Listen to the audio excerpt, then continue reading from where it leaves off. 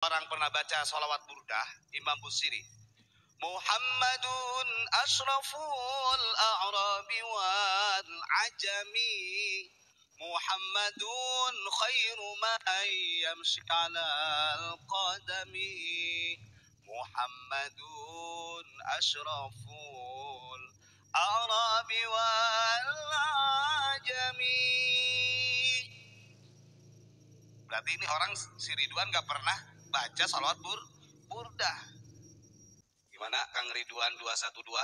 Udah siap telinganya?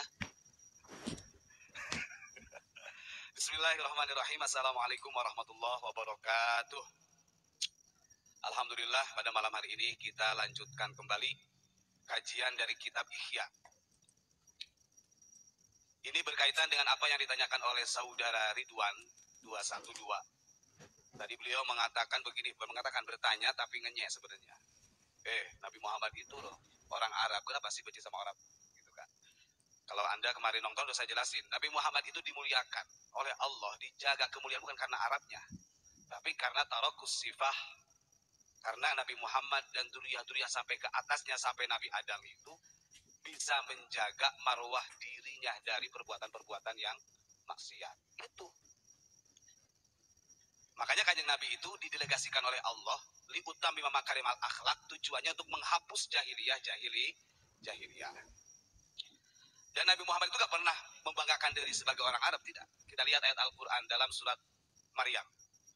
Ulaika alladzi an'ama Allahu 'alaihim minan nabiyina min dzurriyyati Adam. Nah, itu ayatnya. Jadi para nabi kabeh, semua delegasi-delegasi Allah, ulaikal ladzina an'ama Allahu 'alaihim minan nabiyyina min dzurriyyati Adam. Makanya jangan terlalu banggalah jadi orang Arab, nanti ditempeleng sama Imam Ghazali ini. Iya, nanti saya bacakan. Semua delegasi Allah itu dzurriyyahnya adalah dzurriyyah Nabi Adam. Maka pantas kanjeng Nabi, ana sayyidu waladi Adam. Saya ini adalah budaknya Adam.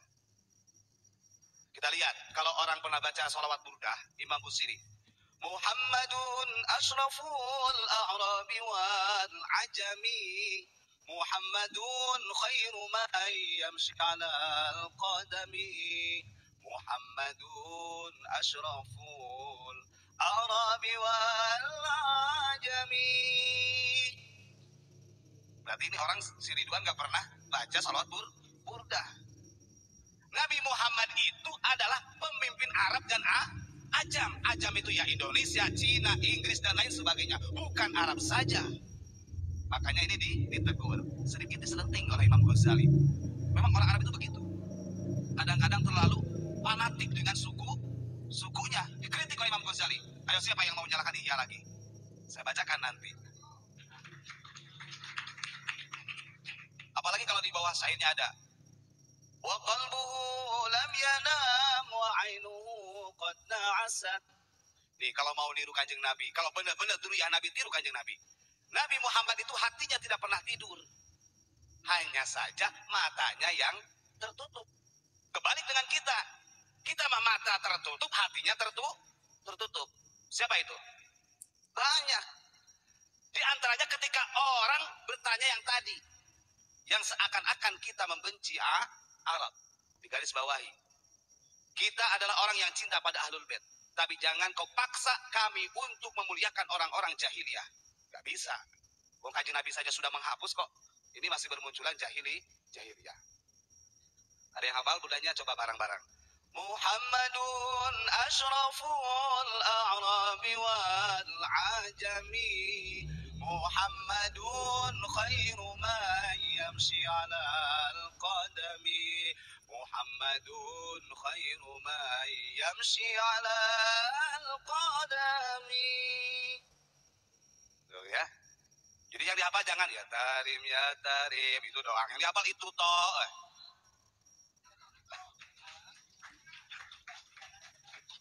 Ganti ya Karim, anaknya Gus Maki yang sedang mondok beliau. Mondok di Abu Yamamah Gufron ya. Baik, kita buka Kita baca ini adalah nukilan Imam Ghazali yang diambil dari hadis Rasulullah Shallallahu Alaihi Wasallam. Kenapa Bani Alawiyin dikritik oleh Imam Ghazali jauh-jauh hari sebelum adanya Rabithah Alawiyah 1000 tahun di abad 11? Dan kenapa orang-orang Arab dikritik juga oleh Imam Ghazali? Loh, Imam Ghazali bukan Arab? Bukan. Imam Ghazali orang Andalusia, Spanyol. Nah ini kadang-kadang orang-orang ini kurang memahami kajian-kajian yang sebenarnya. Tarim ya tarim. Dengerin ya. Wa qala sallallahu alaihi wasallam di dalam kitab Ihya, Kitabu Dhammil Ghadabi wal Hiqdi wal Hasad. Rasulullah sallallahu alaihi wasallam bersabda, "Sittatun yadkhuluna an-nar qabla al-hisab bi sittatin." Ada 6 golongan yang akan Allah lemparkan ke dalam api neraka sebelum dihisab. Ada tanpa perhitungan amal, langsung dilemparkan 6 golongan itu. Siapa mereka, saudara? Qila ya Rasulullah manhum? Para sahabat bertanya, ya Rasul, siapa sih 6 orang itu? Ini bagi orang yang selalu fanatik dengan suku, fanatik dengan kearab-araban, dikomplain langsung oleh Kanjeng Nabi. Ya. Wa qala, Rasulullah menjawab, al-umara'u bil juri. Yang pertama yang akan dilemparkan ke dalam api neraka tanpa sebelum hisab adalah para pemimpin yang zalim. Siapapun itu. Yang kedua, wal arabu bil asabiyati. Orang bangsa Arab yang fanatisme dengan suku kearabannya. Wah, ini provokator nih, benci sama Arab. Wah, ketinggalan. Mau saya tunjukin kitabnya? Ya tarim, ya tarim. Nah, nanti nih, Pak.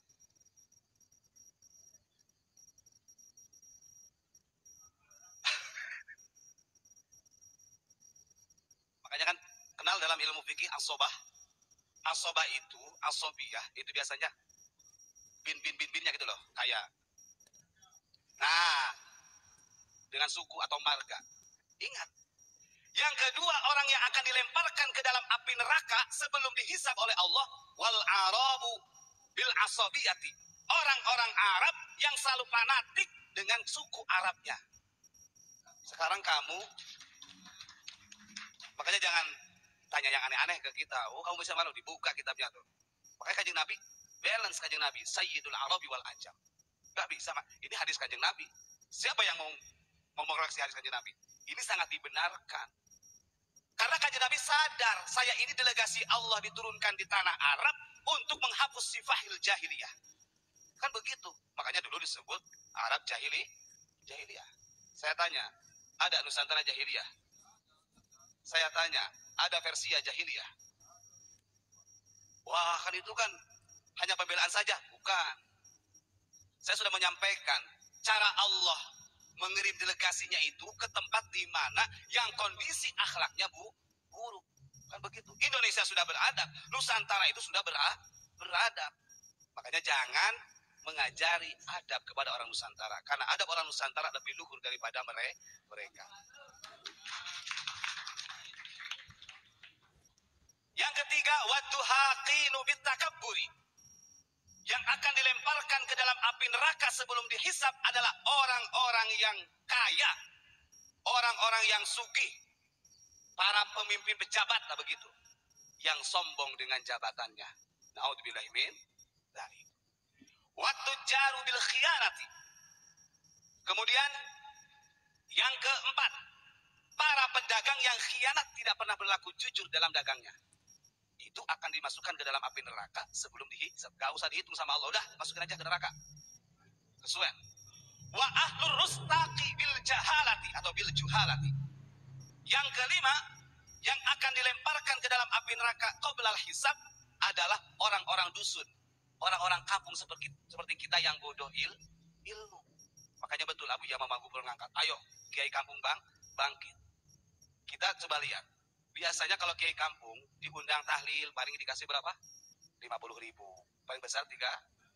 Kalau dikasih, coba ngundang orang lain puluhan juta. Padahal ulama kampung ini yang mengajarkan alif bata kita. Makanya Abu Ya ini bersikeras mengangkat ulama kampung.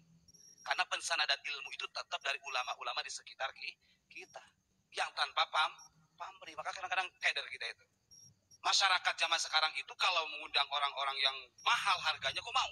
Giliran kiai kampung yang mengajari pasolatan, mengajari wujud kidam bako kepada kita, dikasih berapa? 50.000, 20.000. Kadang-kadang duitnya juga sudah lecek. Betul tidak? Lawan jangan. Kan begitu. Coba sadar. Siapa sekarang kalau bukan kita yang untuk mempedulikan, memperhatikan kiai-kiai kampung, padahal tidak ada yang lebih ikhlas. Maka betul kata Gus Dur dulu. Kalau kita kalkulasikan di seluruh dunia yang paling ikhlas mengamalkan ilmunya itu adalah kiai-kiai kampung. Ya betul itu. Diundang hajatan. Nah ini betul kata Kanjeng Nabi. Sayati zamanun ala ummati alladina la ya'rifuna al-ulama illa bitawbin hasan. Di akhir nanti kata Nabi akan banyak umat yang tidak mengenal ulama. Mereka mengukur ulama hanya dengan pakaiannya saja. Karena bersorban, imamah, jubah, gamis yang panjang, baru dia tunduk. Padahal itu belum tentu ulama kata Nabi. Makanya pantas kiai kampung tersisih. Hidup kiai kampung. Betul tidak? Yang terakhir wal ulama bil hasadi. Yang keenam yang akan dilemparkan ke dalam api neraka sebelum dihisab itu adalah ulama-ulama yang iri dengki. Kemarin sudah saya jelasin. Di dalam syarahnya beliau menjelaskan begini. Kullul adawati qad turja salamatuha illa adawata man adaka man hasada. Ingat, setiap manusia secara individu berpotensi menjadi musuh. Kita berduduk bareng nih. Ada Pak Mujib, ada Gus Lias, ada saya, ada Gus Ajis. Masing-masingnya berpotensi menjadi musuh. Tapi kata Imam Ghazali, qad turja salamatuha. Sekalipun setiap manusia berpotensi jadi musuh kita, mudah diselamatkannya. Illa adawata man adaka man hasada. Kecuali orang yang memusuhi kita didasari karena hasud. Sulit diselamatkannya. Kata Imam Ghazali. Makanya ngeri. Gitu. Ngeri tidak? Itu ya. Itu jawaban dari saya, orang yang bertanya tadi. Kita tidak pernah membenci Arab. Tapi kita tidak akan mau memuliakan bangsa-bangsa Arab siapapun itu yang tradisinya, karakteristiknya masih jahiliyah. Na'udzubillahi min dzalik. Ini kalau orang baca, harusnya orang-orang Arab ini yang selalu membanggakan harusnya paham. Karena ditulis oleh Kanjeng Nabi wal arabi bil asobiyah. Orang-orang Arab yang fanatik dengan suku bangsanya ini justru ada termasuk golongan orang yang akan dimasukkan ke dalam neraka sebelum hisab, sebelum diperhitungkan. Artinya dia kalau begitu datang sama Allah, orang lain dihitung, diperhitungkan amal baiknya berapa, amal buruknya itu enggak. Begitu datang, lemparkan ke neraka. Datang, lemparkan ke neraka. Yang 6 golongan ini. Karena saking bahayanya, dan ini dinukil oleh Imam Ghazali dari sabda baginda Rasulullah SAW. Cukup tidak? Oke, siap ya. Terima kasih atas pertanyaannya. Saya jawab dengan kitab Ihya. Terserah Anda ketika Anda menganggap bahwa ini adalah suatu provokasi, saya jadikan provokasi untuk Anda supaya berpikir yang jernih dan Anda memahami Islam yang sebenarnya. Ya, begitu. Terima kasih. Assalamualaikum warahmatullahi wabarakatuh.